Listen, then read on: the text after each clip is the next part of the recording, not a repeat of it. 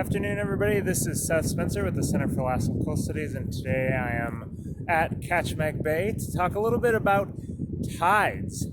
So, for those of you that have not spent a lot of time at the ocean, we do have two low tides and two high tides every single day, generally about 6 hours apart. And we'll talk about that a little bit more as we go along, but most of that tidal change is impacted by the moon and a little bit by the sun.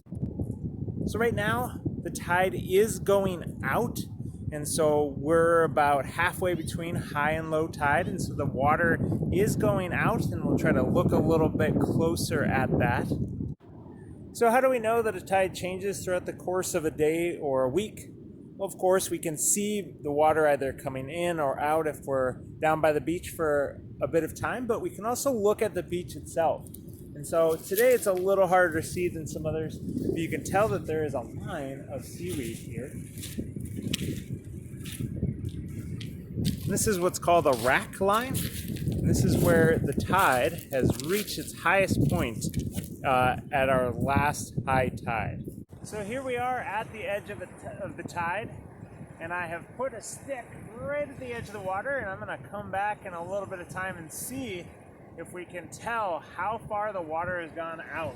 So here is the stick, and we're going to come back in a little bit of time and see how the beach itself has changed and where that water might have gone. Hey everyone, here I am back at the same spot that I started about an hour ago, and so we have our wonderful stick here.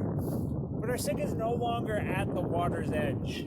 Even though it's only been an hour, the tide has gone down about 3 vertical feet. So that's about 3 feet right here. But it's a little hard to tell today. It has gone out probably over 100 yards or 300 feet horizontally on a shallow beach like I am at right now. And so that is the change that the animals, whether you be a sea star or an anemone or mussel, have to deal with when the tides are so extreme.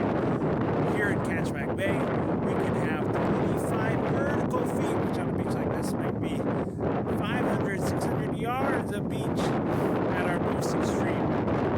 And in just a short amount of time, next week, we are going to be having one of these very extreme tidal differences of 25 vertical feet in just 6 hours. And just imagine the power of that water coming in and out, and you being a mussel or sea star holding on so you don't get brought out into the